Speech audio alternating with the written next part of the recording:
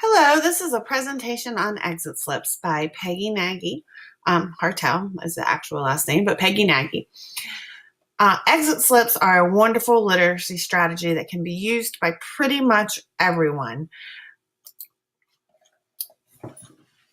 Exit slips can be used across content areas. You can use them in the media center, you can use them in elementary school, high school, college, PE, all of the special areas. They are simple and easy to use, requiring just a few minutes at the end of class. Exit slips are a wonderful way for teachers to gather data and plan further instructions. And they're a discreet way for students to present difficult questions and areas of difficulty that they may be having with the class. Maybe this child doesn't want to share in front of everyone that they don't understand what something means, but an exit slip is an excellent way for them to share that with their teacher. Exit slips can improve student writing and critical thinking. You take a few minutes at the end of class and everybody writes. Just writing alone will improve your literacy ability and your critical thinking skills. You have to think about what you have done in that class or in that subject and write about it. Exit slips are adaptable. You can use them, as I said, across all grade levels. You can change it around and make it an entrance slip instead of an exit slip. They can be on all different kinds of topics or questions. And as I've already mentioned, they're great for multiple grade levels. The basic way, although again, this is extremely adaptable, to use an exit slip is to decide what kind of information you want to collect. Do you want to know what the student has learned that day? Or what was the most effective way for them to learn about that subject? Or what did they not understand? You as the teacher will need to decide what you're looking for from the students.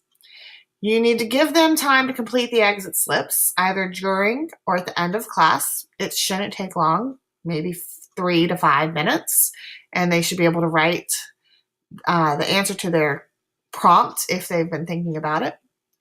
You'll collect the slips, or if you don't want to collect them that day, check to make sure they've been finished before they leave. And then you can determine your next instructional steps based on what you've learned from those exit slips. If you have a question that multiple students have asked, you might need to recover that topic or that area of the topic. If multiple students really enjoyed how you presented the information that day, you might want to consider doing that more often. They're just really useful tools for teachers.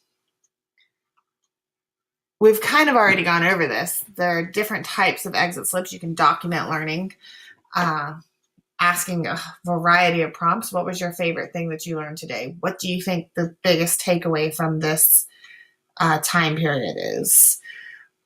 What are the top 3 rules to how to play basketball?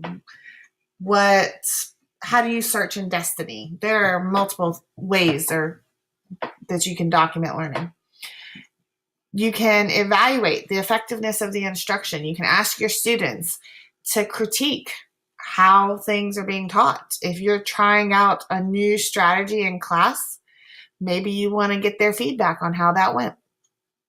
You can ask students to give you any questions or concerns that they might have about the subject or the class. You can have students complete an exit slip and keep it for future reference. You can use an entrance slip, something that they need to answer to come into class. You could do any of those things, make it a menu. And exit slips can be shared with others or kept private with just the student and the teacher. Maybe instead of 3 minutes at the end of class, you give them 7. They write their exit slip and turn and discuss it with their neighbor.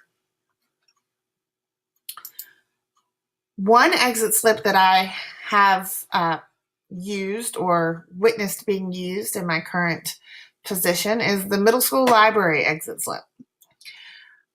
This slip wasn't turned in to the librarian at the end of class, but she checked each student as they were leaving the classroom to make sure they had completed it. And if they didn't, they got sent back into the library to finish their work. But at the beginning of her lesson, this 10-minute lesson, she had an example on the board, on the smart board, saying that they needed to come up with books that they might be able to read for the rest of the next few weeks, the rest of this 9 weeks. She wanted a variety of resources. We were working on the best way to find a good book instead of just browsing the shelves and looking around like you have no idea what you're doing. You should have a strategy for finding a book that you're going to like. So she asked every student to have a book recommended by a friend written down, a book recommended by a teacher. The English teacher was in there, the librarian, I was in there. There were several adults that the students could ask for a recommendation from. Our librarian had put several books on all of the tables in the media center that she thought were high quality, high interest books for that grade level. So the students were told to pick a book from the table that they might be interested in reading at some point. And because we've been working on Destiny and how to search and different resource lists that were on Destiny, the students had to pick a book from Destiny. This was written in their agenda that they bring to class every time, so that they'll always have it next time they come to the library. And she just checked off as they went out that they had completed the lesson. Here are a list of a few websites and videos showing different teachers using exit slips, talking about exit slips, talking about how they might use them in their class. They range from a 3rd grade exit slip strategy. The teacher was overwhelmed by the number of exit slips that she got at the end of the day, and she had to come up with a way to organize them, to exit slips in a middle school class, to just a general overview of what they are, to college professors talking about using exit slips in their class. Exit slips are not complicated. They're very easy. The title pretty much says it all. It's a slip you need to get out of class. They're easy. They're a quick writing activity. So important. They just get the students writing for a few minutes at the end of class. It improves their critical thinking skills by making them think about what they've gone over in that lesson. It can lead teachers to have more data-driven instruction. It can be used in all content areas. And it's adaptable for pretty much every grade level. You could even have students in 1st grade, I think, using an exit slip, although that might be a little more challenging. Definitely by 3rd grade, you'd be able to use exit slips for the different subject areas. Math lends itself to exit slips. Finish this problem before you leave class. Science lends itself. Every content area lends itself. Every grade level, pretty much. And you can also use it as a assessment.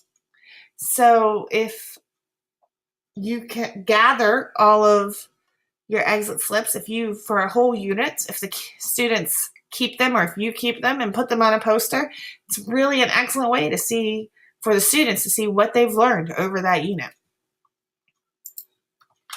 Here are a few more resources. There are some sample exit slips here, which look like this.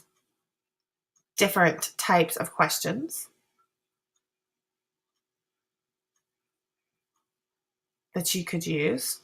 You can see how they are different for different subject areas.